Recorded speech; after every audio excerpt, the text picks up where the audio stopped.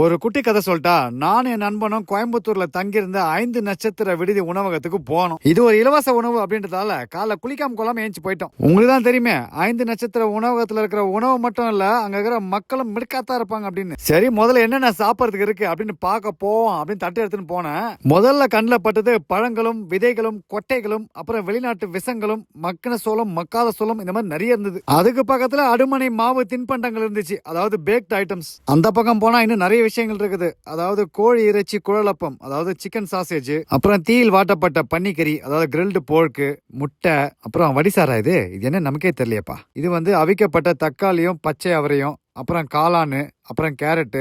எங்கடா நம்ம ஊர் சாப்பாடுலாம் காணும் பார்த்தா இந்த இருக்குல்ல மசால் வடை, மெது வடை, பல வகையான சட்னி, இட்லி, சாம்பார், தோசை, இந்த மாதிரி பல விஷயங்கள் வச்சிருந்தாங்க. இன்னைக்கு இந்த விடுதிக்கே விடுமுறை விடுற அளவுக்கு சாப்பிட்றேன்டா அப்படின்னு நானும் நண்பனும் கிளம்பணும்.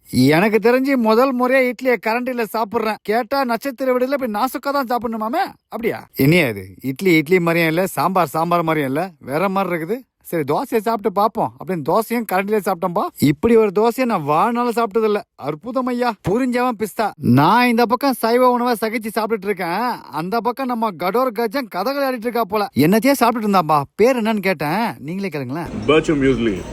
என்னது பாச்சா பூஸ்லியா? இருங்க பாய், எனக்கே ஒண்ணும் புரியல. பட் இதுதான் நல்லா ரசிச்சு சாப்பிட்டா போல. வாயிலே நுழையாத பேர் தான் வழிக்கிட்டு உள்ள போகும் போல இருக்குது. இந்த நட்சத்திர உணவகங்கள்ல சமையல் மேசைன்னு ஒன்று இருக்கும், அதாவது கிச்சன் கவுண்டர். அங்க நம்ம தேவையான விஷயத்துல ஆணையிட்டு சாப்பிட்டுக்கலாம். அப்படிதான் முட்டையை கொஞ்சம் சொன்னேன் நான். இது ஒரு முட்டை ஊற்றப்பம், அதாவது ஒரு ஆம்லெட், உப்பு சப்பு இல்லாத ஊத்தாப்பம்பா. இதே முட்டை ஊத்தாப்பத்தை ஒரு உள்ளூர் உணவகத்துல சொல்லிருந்து வச்சீங்களேன், உச்சி மண்டை முதற்கொண்டு உள்ளங்களுக்கு சுவை மேலே இங்கிலும் ஏறி போயிட்டு வந்திருக்கும். எனக்கு மட்டும் தான் அப்படி தோணுதான்னு பார்த்தா என் நண்பனுக்கும் அப்படிதான் தோணி இருக்கு. பரவாயில்ல, நான் ஒன்னும் தப்பா சொல்லப்பா. சரி, உள்ளூர் உணவுல தான் உணர்ச்சியே இல்ல, வெளிநாட்டு உணவையாவது சாப்பிட்டு வெறியே திப்போம் அப்படின்னு சொல்லி தட்டு நிறைய வெளிநாட்டு உணவுகள்லாம் நிரப்பிக்கிட்டேன். அதுல ஒரு வடை இருக்கு, கவனிச்சிங்களா? காலம் எவ்வளவு மாறினாலும் இந்த மசால் வடை மட்டும் என்னைக்குமே மாறவே மாறாது.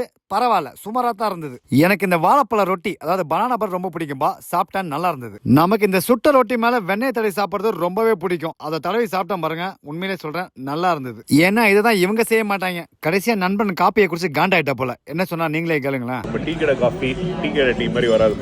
பாவம், நண்பனே நொந்து போயிட்டான். போனமா சாப்பிட்டமா வந்தோமோன்னு இருக்கணும். இந்த மாதிரி விமர்சனம் செய்ய நினைச்சா இப்படிதான் நடக்கும். என்ன நான் சொல்றது?